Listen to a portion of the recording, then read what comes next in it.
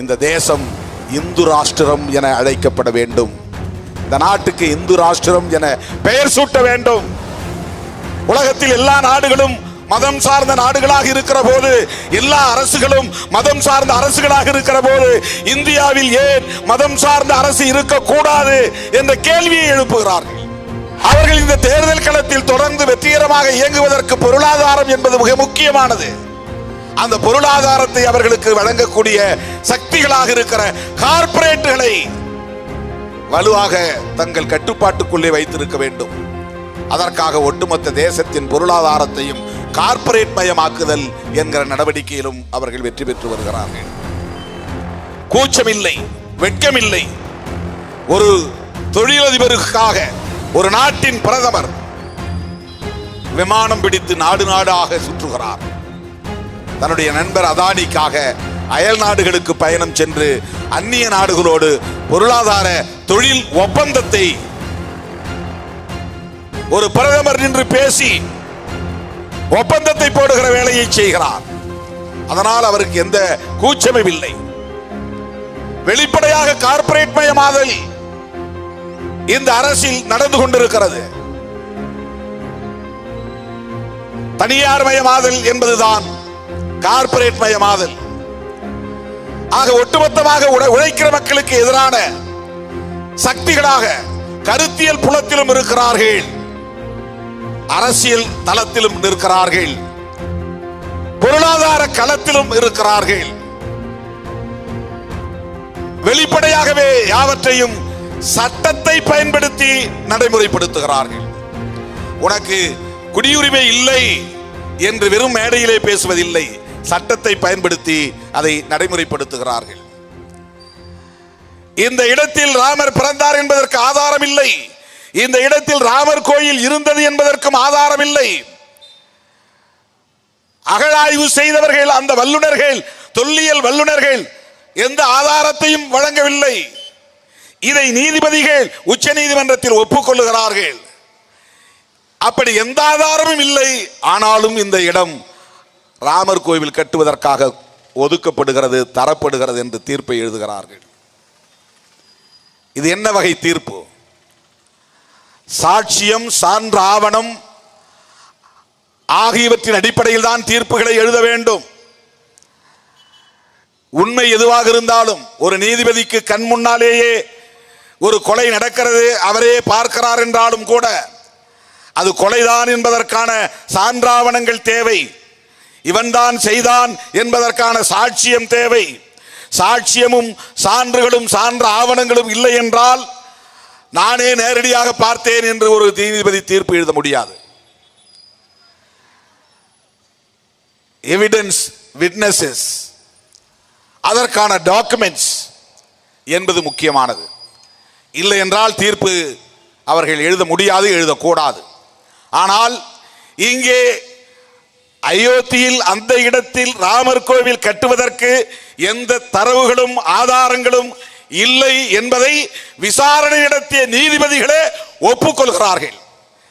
அந்த அகழாய்விலே கீழே சில 100 அடிகளுக்கு கீழே கட்டிடங்கள் இருந்ததற்கான ஆதாரம் இருக்கிறது. ஆனால் அந்த கட்டிடம் இந்து கோவில் தான் என்பதற்கான ஆதாரம் இல்லை. நீதிபதிகளே தங்கள் தீர்ப்பில் சொல்லுகிறார்கள். அப்படி இருந்தும் இந்த இடம் ராமர் கோவில் கட்டுவதற்காகத்தான் ஒதுக்கப்படுகிறது என்று தீர்ப்பு தருகிறார்கள் என்றால் எல்லாவற்றையும் சட்டப்படியாகவே நீதிமன்றத்தின் மூலமாகவே அவர்கள் விரும்புகிற செயல் திட்டங்களை நடைமுறைப்படுத்தக்கூடிய இடத்தில் இன்றைக்கு சங் பரிவார் கும்பல் இருக்கிறார்கள். ஆக பிஜேபியை தோற்கடிப்போம் என்றால் ஆர்எஸ்எஸ் வீழ்த்துவோம் என்று பொருள். பிஜேபியை தோற்கடிப்போம் என்றால் ஆர்எஸ்எஸ் கருத்தியலையும் அவர்களின் செயல் திட்டங்களையும் வேறறுப்போம் என்று பொருள். இல்லை என்றால் அவர்களை வீழ்த்த முடியாது. தோழர்களே, மார்க்சிஸ்ட் லெனினிஸ்ட் இயக்கங்கள் இந்தியா முழுவதும் தேர்தலை புறக்கணிக்கிறது. அது இடதுசாரி பார்வை. நாடாளுமன்ற ஜனநாயகத்தின் மீது நம்பிக்கை இல்லை. இது பூர்ஷ்வாக்கள் என்கிற முதலாளிய சக்திகளுக்கு சாதகமாக இந்த நாடாளுமன்ற ஜனநாயகம் இருக்கிறது. இதை பயன்படுத்தி அவர்கள் ஆளுமை பெற்று விடுகிறார்கள், வலிமை பெற்று விடுகிறார்கள். ஆகவே நாம் நாடாளுமன்ற ஜனநாயகத்தின் மீது நம்பிக்கை இல்லை என்பதால் தேர்தலை புறக்கணிக்கிறோம் என்று எம்எல் இயக்கங்கள் இந்தியா முழுவதும் சொல்லுகின்றன, மாவோயிஸ்டுகள் சொல்லுகிறார்கள். அதே போல வலதுசாரி இயக்கமாக இருக்கிற ஆர்எஸ்எஸும் தேர்தலில் ஈடுபடுவதில்லை. நேரடியாக ஆர்எஸ்எஸ் இயக்கம் தேர்தலில் பங்கேற்பதில்லை. அது வலதுசாரி இயக்கம். எம்எல் இயக்கத்தை சார்ந்தவர்கள் ஆயுதம் தாங்கிய போராட்டத்தை முன்னெடுக்க வேண்டும் என்று பயிற்சி எடுக்கிறார்கள். ஆனால் காடுகளில் பதுங்கி இருக்கிறார்கள். ஆர்எஸ்எஸ் இயக்கத்தை சார்ந்தவர்களும் கைகளில் ஆயுதம் ஏந்துகிறார்கள். ஆனால் அமைச்சர்களோடு மேடையிலே நிற்கிறார்கள். வலதுசாரி இயக்கமாக இருக்கிற ஆர்எஸ்எஸும் தேர்தலை புறக்கணிக்கிறது. வலதுசாரி இயக்கமாக இருக்கிற ஆர்எஸ்எஸும் ஆயுதத்தை ஏந்துகிறது. அந்த இயக்கம் வெளிப்படையாகவே இன்றைக்கு கௌரி லங்கேஷை துப்பாக்கியால் சுட்டுக் கொள்ளுகிறது. எம்எல் இயக்கத்திலே அதை நாம் அனிகிலேஷன் என்று சொல்லுகிறோம். அழித்தொழித்தல் நடவடிக்கை. அழித்தொழித்தல் நடவடிக்கையை மேற்கொள்வதற்கு அவ்வளவு எளிதாக இங்கே இடமில்லை. அரசின் கேந்திரங்கள் அதை வேடிக்கை பார்க்காது. கோபாலகிருஷ்ணன் நாயுடுவை கொலை செய்வதற்கு எம்எல் இயக்க தோழர்கள் திட்டமிட்டார்கள். 44 பாட்டாளி வர்க்கத்தை சார்ந்த தொழிலாளர்களை, விவசாய கூலி தொழிலாளர்களை உயிரோடு குடிசையிலே வைத்து கொளுத்தியதற்கு பழிவாங்குவதற்காக சட்டம் அவனை விடுதலை செய்து விட்டது. நீதிமன்றம் அவனை காப்பாற்றி விட்டது. ஆனாலும் அவன்தான் குற்றவாளி. அவனை விட முடியாது. பழிவாங்கியே தீர வேண்டும், தண்டித்தே தீர வேண்டும் என்று எம்எல் இயக்கம் முடிவெடுக்கிறது. ஆனால் அதை நடைமுறைப்படுத்துவதற்கு பல ஆண்டுகள் தேவைப்பட்டன. உடனடியாக அதை செய்ய முடியவில்லை.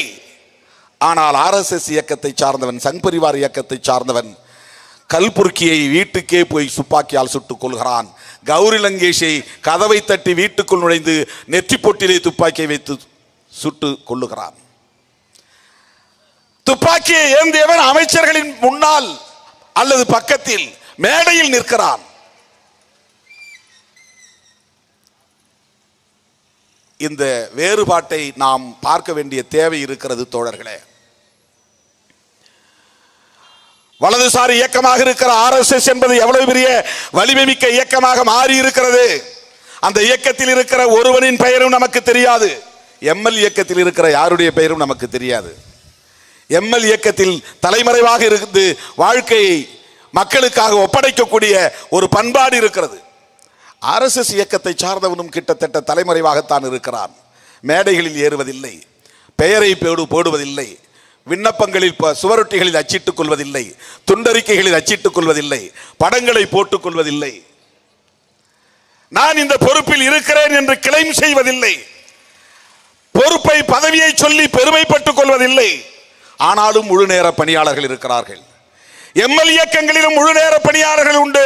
ஆர்எஸ்எஸ் இயக்கத்திலும் முழு நேர பணியாளர்கள் உண்டு.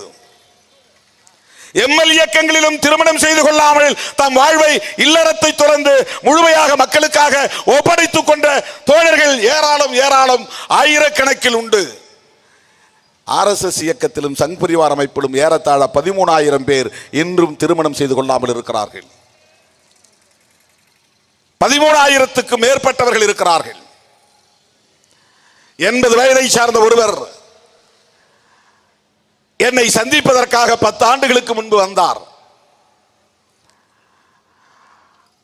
அவர் யார் என்று சொல்லாமலேயே என்னை அழைத்து போனார்கள். அவரோடு நான் பேசத் தொடங்கிய போதுதான் அவர் சொன்னார், நாங்கள் இந்த 10 ஆண்டு காலத்திற்கு தலித் மக்களை டார்கெட் செய்து அரசியல் செய்கிறோம். நீங்கள் தொடர்ந்து சங் பரிவார் அமைப்புகளை விமர்சிப்பதாக கேள்விப்பட்டோம். நீங்கள் ஒரு இந்துவாக இருந்து கொண்டு இப்படி விமர்சிக்க கூடாது. எங்கெல்லாம் தலித் இயக்கங்களும் தலித் மக்களும் பழங்குடி மக்களும் இருக்கிறார்களோ அங்கெல்லாம் நாங்கள் வருகிறோம். நீங்கள் சொல்லுங்கள், வீடு மனை வேண்டுமா, வீட்டு மனை வேண்டுமா, வீடு வேண்டுமா சொல்லுங்கள், கட்டி தருகிறோம். கழிப்பறை வசதிகள் வேண்டுமா, கட்டி தருகிறோம். விஸ்வ இந்து பரிஷத் அமைப்பை சார்ந்த ஒரு தலைவர் வட இந்திய பகுதியில் இருந்து வந்தவர். அவர்தான் சொன்னார், எனக்கு வயது 80, இன்னும் நான் திருமணம் செய்து கொள்ளவில்லை. என்னை போல 13,000 பேர் இந்தியா முழுவதும் திருமணம் செய்து கொள்ளாமல் இருக்கிறோம். நாங்கள் தலித்துகளுக்கு எதிரானவர்கள் இல்லை. எங்களை பயன்படுத்திக் கொள்ளுங்கள் என்று பேசினார். இது 15 ஆண்டுகளுக்கு முன்பு நடந்தது. சவேரா ஹோட்டலில் நடந்தது. எம்எல் இயக்கங்களிலும் திருமணம் செய்து கொள்ளாமல் முழு நேரமாக மக்கள் பணியாற்றக்கூடியவர்கள் இருக்கிறோம். RSS போன்ற சங் பரிவார் அமைப்புகளிலும் திருமணம் செய்து கொள்ளாமலேயே இதற்காக ஊர் விட்டு ஊர், மாநிலம் விட்டு மாநிலம், நாடு முழுவதும் போய் தங்கி இருந்து வேலை செய்யக்கூடிய பயிற்சியை பெற்றிருக்கிறார்கள். எம்எல் இயக்கங்களில் தான் ஒரு மாவட்டம் விட்டு மாவட்டம் வேலை செய்ய நியமனம் செய்யப்படும். மாநிலம் விட்டு மாநிலம் போய் வேலை செய்ய பணி ஒதுக்கப்படும். அதே போல வலதுசாரி இயக்கமாக இருக்கிற RSSலும் இருக்கிறது. வட இந்தியக்காரர்கள் தென்னிந்தியாவிலே வந்து வேலை செய்கிறார்கள். வட இந்தியக்காரர்கள் தமிழ்நாட்டிலே வந்து வேலை செய்கிறார்கள். இந்த கூட்டத்திற்கே வந்திருப்பார்கள். இந்த பேச்சை முழுவதும் அவர்கள் பதிவு செய்து கொண்டிருப்பார்கள். தேவையானவர்களுக்கு நேரலை போட்டுக் கொண்டிருப்பார்கள். எல்லா நிகழ்வுகளிலும் ஊடுருவக்கூடிய தன்மை அவர்களிடத்திலே இருக்கிறது. அருமை தோழர்களே, இது ஒரு ஒப்பீட்டுக்காக சொல்லுகிறேன், உங்கள் சிந்தனைக்கு விட்டு விடுகிறேன்.